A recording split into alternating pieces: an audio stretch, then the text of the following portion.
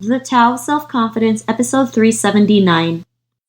Welcome to the Tao of Self-Confidence, where I share stories of amazing women who have discovered their inner journey to self-confidence. Visit our website at thetaoofselfconfidence.com. Your inner journey to self-confidence awaits.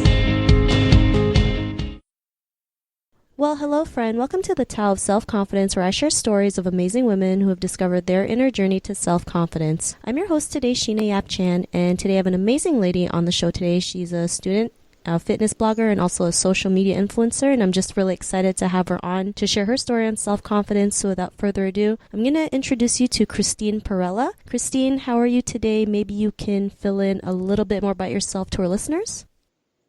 Hi, I'm Christine. I'm a mostly Instagram influencer right now. My primary focus is athletics and fitness, and I'm a student at the University of Florida who recently just moved up to New York City. Awesome. Well, thanks for sharing that. And Christine, what's your cultural background? I am part Vietnamese. I'm 50% Vietnamese and a mixture of like white ethnicities. I have Italian mostly in me, and then some German and some Swiss as well. Awesome. Well, thanks for sharing that. And what would be your favorite self-confidence quote? Well, my favorite self-confidence quote isn't really about self-confidence, but I follow it in life in general. It's a Dr. Seuss quote from the Lorax, and it's, unless someone like you cares a whole awful lot, nothing will get better. And that's my favorite one because I believe that whatever we do in life, we can't succeed unless we start with ourselves. So whether that comes with our inner confidence or what we're trying to achieve in life, I believe it all starts with ourselves and believing that we have to start it. Thanks for sharing that. And it's so true, right? Anything we do, we have to believe in ourselves first of all, right? Because if we don't believe in ourselves, then we don't take that action or that have the courage or confidence to go out there and do the things that we want to do. And it's really important that we do learn to believe that we have the ability to do it regardless if we have no clue what we're doing, the first few times that we try it out. But just learning to figure it out, learning to believe in yourselves is so important. It's probably the primary thing, and then everything else falls into place. So I really like that quote that you mentioned. And in your own words, how would you define self-confidence? How I define self-confidence? Well, for me, I actually lacked a lot of self-confidence growing up. So as I grew and developed my self-confidence, I kind of describe it as the ability to be comfortable with oneself without letting the opinions of others put a negative connotation on your life.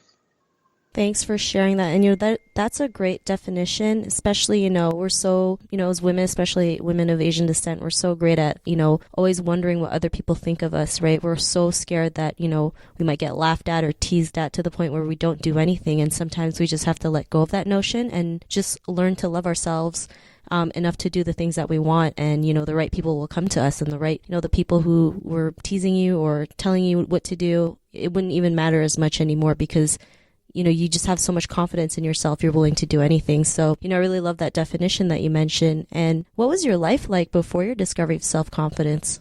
So actually, I was bullied a lot in seventh grade and in middle school in general. I was always very, very skinny, and I was called like bulimic and anorexic and stuff like that. And they just kind of like made fun of me for no reason and just I don't know, they were just really rude. I also had really long hair back then. My hair is really dark brown, almost black looking, so they would call me the Grudge. I also wasn't a girly girl, so like I would always be out playing soccer and tomboyish, and they would just constantly make fun of me and call me names. And even being Asian, I was one of the few Asians at my school, so they would call me like Ching Chong and like the typical Asian, what's it called? Like how they usually make fun of Asians and stuff like, oh, like you're nerdy, like ching chong, like you have slanty eyes and stuff like that. And it was really hurtful for a while because, I thought that I wanted everyone to like me. And it kind of just sucked because, like all the boys I would have crushes over, they were rude to me and they would like mess around with me and pretend to like me and then be like, no, we would never like a tomboy, or no, we would never like the grudge. And it was kind of annoying for a while. Thanks for sharing that. And, it's unfortunate that happened to you. And, especially like you mentioned, you were probably the only person in your school who was of Asian descent. And sometimes you probably felt like you were all by yourself with no one to turn to. And, an issue like being bullied is, never, it's never taken for granted. People just kind of brush it away thinking like it's just something small, not realizing like it could also be a big thing and it can affect your self-confidence. And, what was that point in your life when you realized, you didn't, you started to believe in yourself, you started to look at yourself, in a different way, you were, like a better version of yourself. Like what was that aha moment when you realized, you were more than what your peers were calling you by? It actually came in two different parts. But my first real moment was after middle school. I was supposed to go to the neighborhood high school, and that's where most of my bullies went. And I just did not want to deal with them anymore. So I chose to go to a magnet school that was very, very different from my neighborhood school. It actually had a lot of minorities in it. There wasn't a lot of Asians there either, but I just wanted to get away from those people who bullied me in middle school. And so I went to the school where I had no one. And the first week was so rough. Like the first week was so rough. There was no one I knew really. There was one kid who I knew from my childhood. But other than that, like I had no one. And there was moments where I wanted to just go back to my high school because, at least I knew people there, even though they were mean to me. And one day when I was sitting at lunch, I saw some kids outside playing soccer. And I was like, because soccer is my favorite sport. And I was looking at joining the soccer team. So I was kind of just watching them and stuff. And then I realized that no one knew who I was. Like, no one knew that, I was like Asian or that, I had been bullied before. They just knew nothing about me and my background. So I realized it was then that I could like make a new, like, not life for myself, but like I could start fresh, that I didn't have these like pre-existing negativities. And so one day I went up to a kid that I saw playing soccer and I was just like, hi. And he turned around and he was like, hi, who are you? And I was just like, oh, like I saw that you play soccer. Like, are you on the team? And he was like, yeah, I'm on the team and stuff. Do you play soccer? And then I was able to kind of talk about something I was passionate about and made a connection with him. And from there, he introduced me to his other friends and stuff that also played soccer. And then I realized that at that point, I had formed a bond with people who had the same interests as me.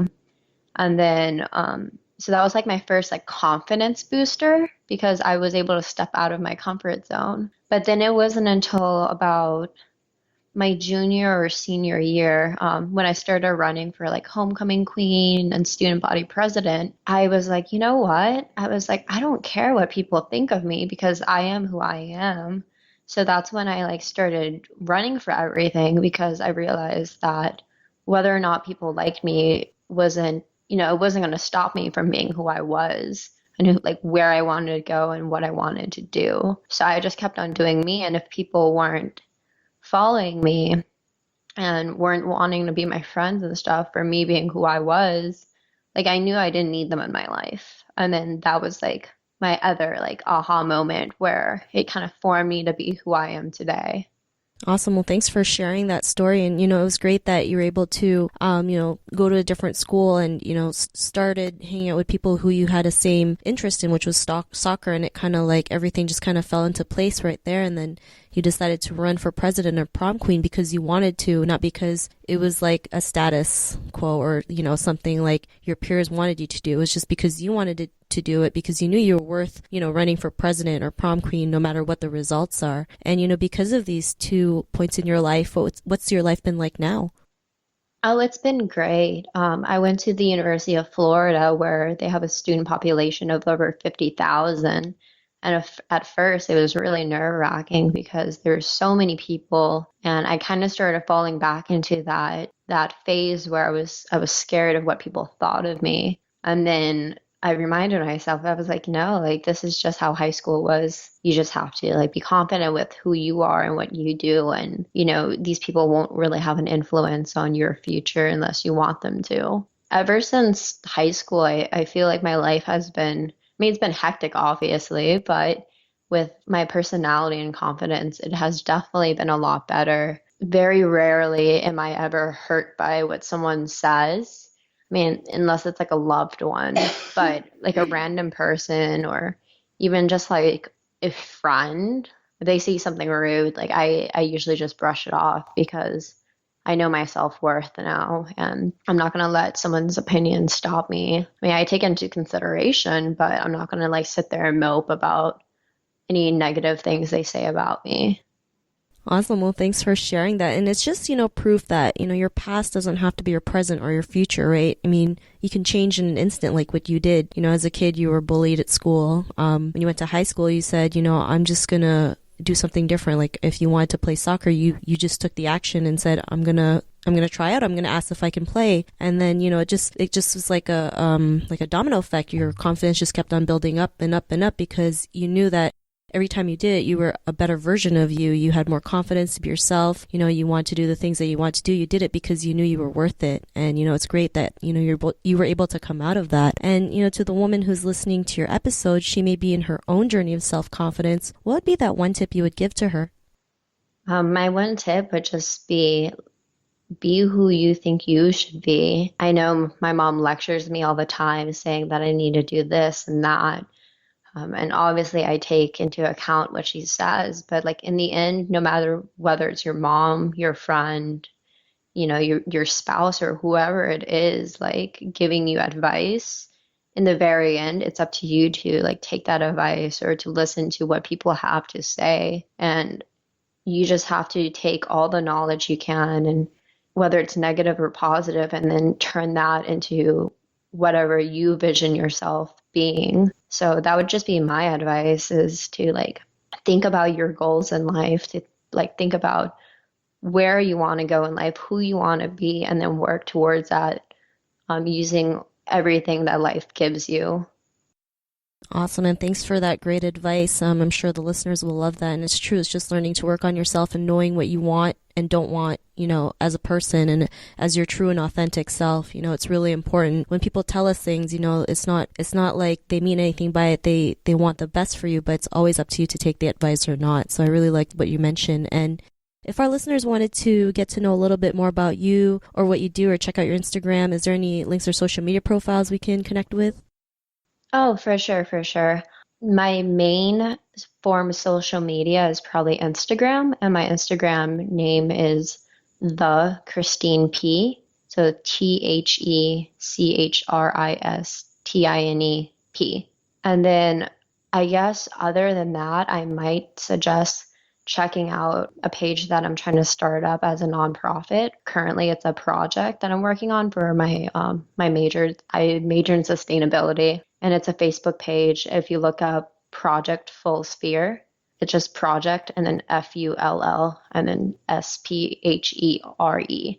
And any like feedback on that, I'm working on developing the youth in terms of human dignity. So that'd be cool if anyone can check that out. Awesome and great initiative that you're starting. I think that's an amazing mission that you have. So to our listeners, if you want to connect with Christine, you can also head on over to the taoofselfconfidence.com and search for Christine's name. Her show notes will pop up along with everything else we talked about.